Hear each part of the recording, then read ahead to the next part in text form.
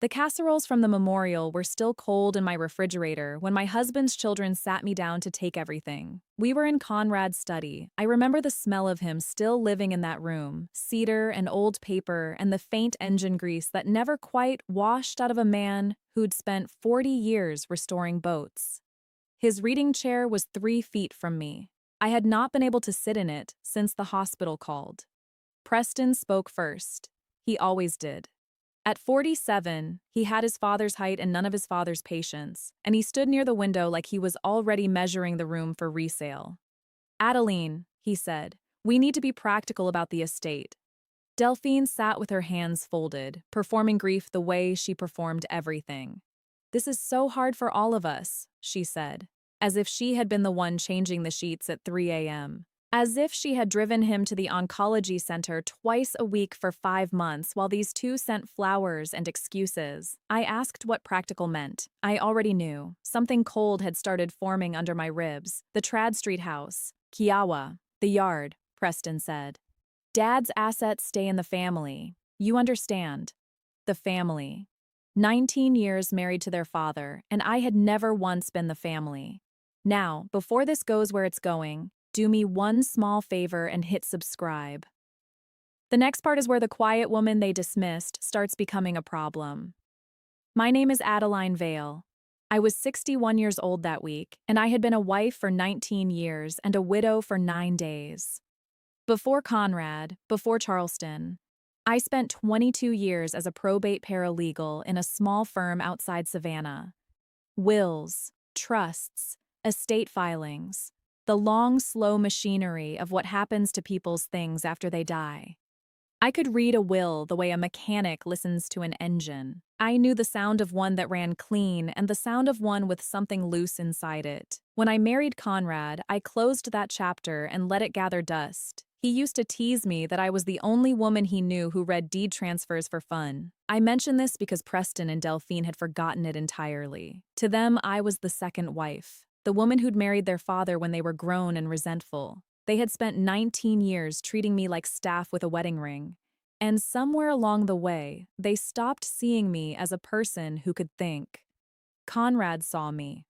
That was the whole marriage, really. A man who'd been left by his first wife and abandoned by his own ambition, and a woman who'd stopped expecting to be chosen.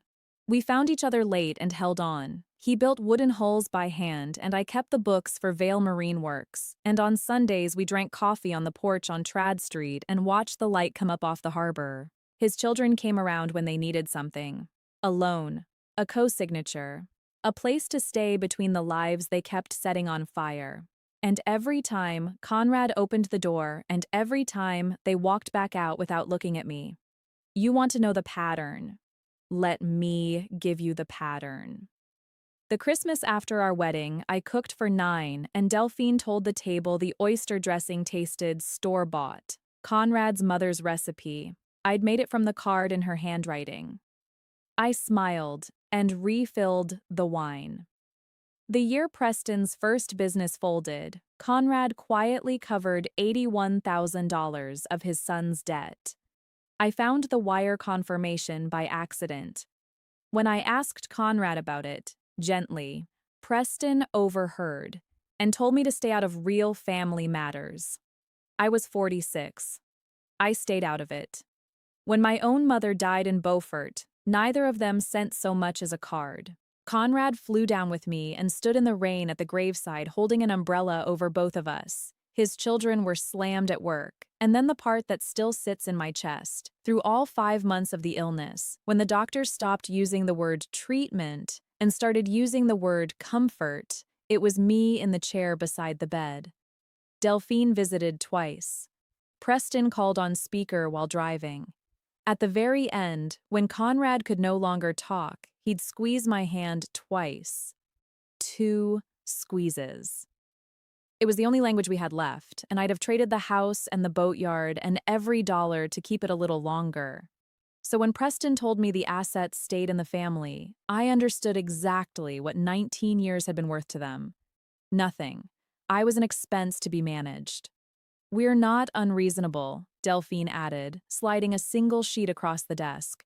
There's 120,000 set aside for you. It's generous, honestly. 120,000 for a woman who had closed a whole profession behind her, left her own city, and handed over the better part of a decade. There was a second page. Preston tapped it. There's also the matter of Dad's outstanding medical costs. 240,000, give or take. As his spouse, that falls to you.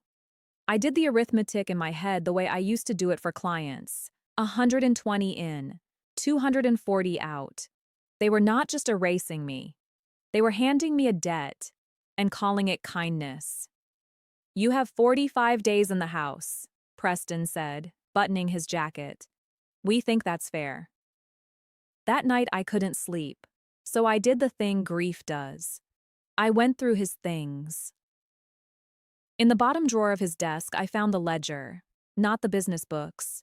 A small leather journal he'd kept for years, the kind he scribbled in after a long day in the yard.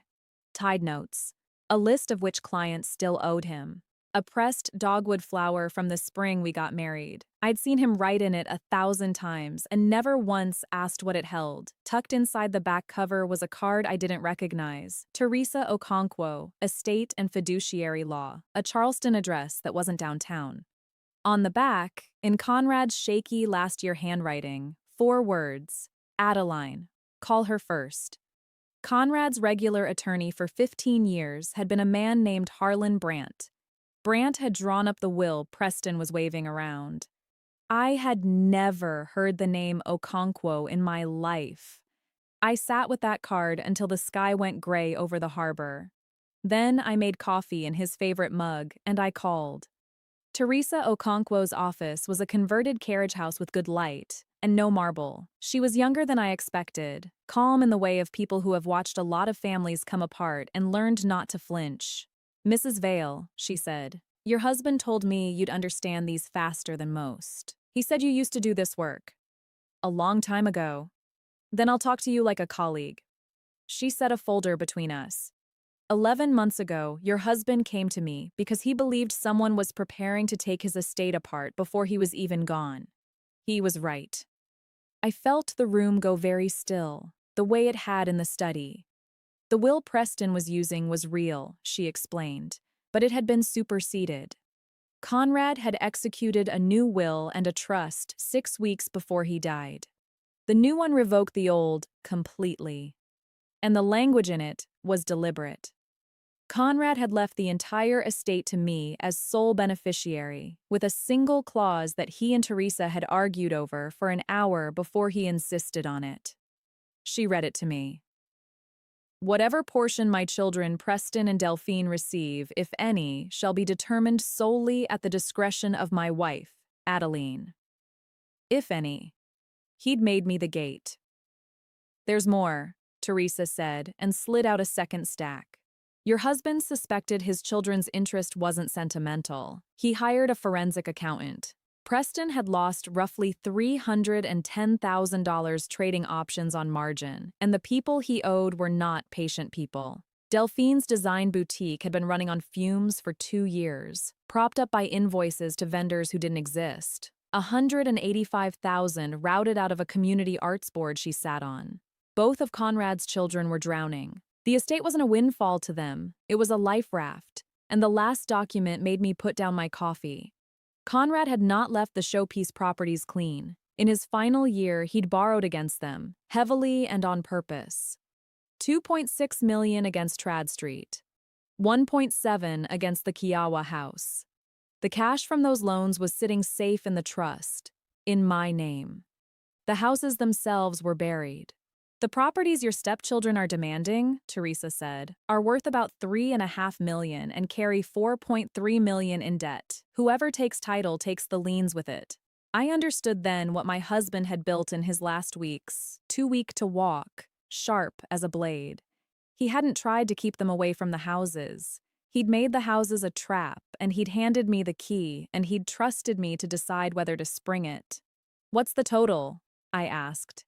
That actually comes to me. After everything. Teresa checked. The trust held about $6.3 million. 2 life insurance policies, 650,000 and 250,000, both naming me, neither one Preston knew about. The 240 in medical bills had already been settled by the estate the week Conrad died. I had been told I was getting 120,000 and a debt. I was worth more than $7 million, and I'd been sitting in a dead man's study, letting his children give me 45 days to leave. Here's where most people would call the police. Conrad had enough to put both of them in front of a grand jury. Teresa told me so plainly. Forgery, embezzlement, the works. I didn't want that. Not because I'd forgiven them, because Conrad's clause had given me something better than punishment. It had given me a choice, and I knew exactly what I was going to do with it. I told Teresa to do nothing yet, to file nothing, serve nothing. I needed Preston and Delphine to keep believing they'd won, right up until the second they couldn't. So for 11 days, I played the part they'd written for me. I let Preston email me about the transition. I let Delphine call to ask sweetly whether I'd be needing the dining set or if she could send a truck. I said the movers could come whenever suited them. I was so agreeable that Preston actually thanked me for handling this with grace. Grace. I appreciated the word more than he knew. Quietly, I worked. I had Teresa prepare a gift deed transferring the Trad Street house and the Kiawah house to Preston and Delphine, exactly as they demanded, jointly, free of any objection from me. I exercised the discretion clause in writing. I gave them, in clean legal language, precisely what they had asked for. Every property, every square foot, and attached to the gift deed, where it legally had to be, was the schedule of recorded encumbrances, the liens, the $4.3 million in debt that runs with the land and transfers to whoever signs. I read the document 4 times, the way I used to read them for clients, looking for the loose part. There wasn't one. My husband had built it to run clean. The last thing I asked Teresa was whether Harlan Brandt would be at the signing. "He represents your stepchildren now," she said. "He'll be there." "Good," I said. "I want him to read it out loud." The signing was set in Brandt's conference room downtown, a long mahogany table and a view of the steeples. Preston wore a suit cut for a younger man. Delphine wore grief jewelry and victory perfume. Harlan Brandt sat at the head like a man closing a deal he was sure of. I came in last. I'd worn Conrad's favorite color, a deep harbor blue, and I'd slept for the first time in weeks. Teresa walked in beside me with a slim folder and said nothing. Brandt smiled the way men smile when they think the hard part is over. "Adeline, we appreciate your cooperation. This has been a difficult time. We have the transfer paperwork ready, and once you've signed, we can all move forward." "Of course," I said, and I sat. I had my own attorney prepare the deed. I think you'll find it gives Preston and Delphine everything they asked for. Preston's shoulders dropped half an inch. Relief. He thought I'd folded. "That's very reasonable," Brandt said, reaching for it. "Read it aloud," I said. "I'd like them to hear exactly what they're receiving, so there's no confusion later." Brandt chuckled and put on his glasses. He read the granting clause. The Trad Street property in full. The Kiawah Island property in full. Preston was nodding along now, the corner of his mouth lifting. Delphine had already started typing something into her phone under the table. Then Brandt reached the schedule of encumbrances. He read the first line. He read the second. And then he stopped. I have spent a career watching people read documents. I know the exact moment comprehension arrives. It's in the eyes first, then the breath.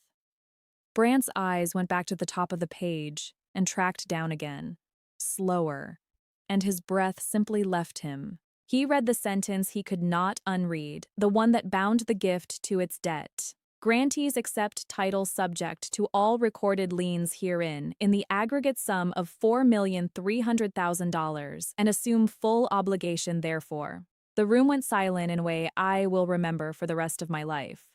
"That can't be right," Preston said. His voice had lost its floor. Those houses are worth $3.5 million, I said. Together. I had them appraised. The liens are 4.3. Your father borrowed against both of them in his final year. I let that sit. You wanted the properties. I'm giving you the properties. Title, debt, and all. Delphine's phone hit the table. You did this. You poisoned him against us. No, Teresa said, opening her folder for the first time. Your father did this. With full mental capacity. We have the neurologist's evaluation, signed 6 weeks before he died. We also have the will that revokes the one Mr. Brant drafted, naming Mrs. Vale sole beneficiary. She paused. And we have the accountant's findings, the margin losses, the fictitious vendors, the arts board. We can keep those in this room. Or not. That's also Mrs. Vale's discretion. Brant set the deed down very carefully, like it might go off. He looked at his clients, and for the first time, he looked at them the way I'd looked at them for 19 years. Like he finally saw what they were. Preston tried the last thing men like him try. Adeline, Mom, we can fix this. We're family. I stood and smoothed the blue dress. You called me Adeline when you wanted the house, I said. You called me Mom when you got scared. Pick one and live with it. I won't be answering to either anymore. Their options were simple, and Teresa laid them out without heat. Accept the gift as written, debt and all. Or refuse it, walk away with nothing, and hope the contents of that folder stayed in the folder. They signed. People always do when the alternative is worse. At the door, Preston turned. This isn't over. It was over the day he stopped trusting you, I said. You just found out today. 4 months later, I'm telling you this from a porch in Asheville, in a craftsman bungalow I bought for cash, with the Blue Ridge going blue and gold outside the rail. After a lifetime on the water, I wanted mountains. I wanted a horizon that didn't remind me of the harbor every single morning, until the mornings I chose to remember it on purpose. Preston filed for bankruptcy in the spring. The liens did what liens do. Delphine's boutique closed, and the arts board, once it heard a whisper, started asking its own questions. I didn't have to lift a finger. Consequences had been waiting for both of them a long time, and Conrad had simply removed the thing that kept holding them back. My patience. I kept the leather ledger. The dogwood flower is still pressed inside it. With part of what Conrad left, I started something, the Harbor Light Fund. We pay for estate lawyers and financial advocates for widows and widowers who get circled by their own families the week the casseroles arrive. The ones told they're not blood, the ones handed a number and a deadline by people who assume grief makes you stupid. Last month, we helped a 70-year-old man in Mobile keep the house his children were quietly trying to sell out from under him. He cried on the phone. So did I, a little. I'd earned that one. Conrad used to squeeze my hand twice when he couldn't find the words. I think, if he could, he'd do it now. So let me ask you, since you stayed all the way to the end, if your husband had handed you the choice he handed me, what would you have done? Mercy or the truth? Tell me in the comments and tell me where you're watching from. I read them. Everyone. And if a story about a quiet woman who was badly underestimated is the kind of story that finds you, subscribe and stay with me. I've got 2 more on the end screen that people swear they couldn't stop watching. I'll see you in the next one.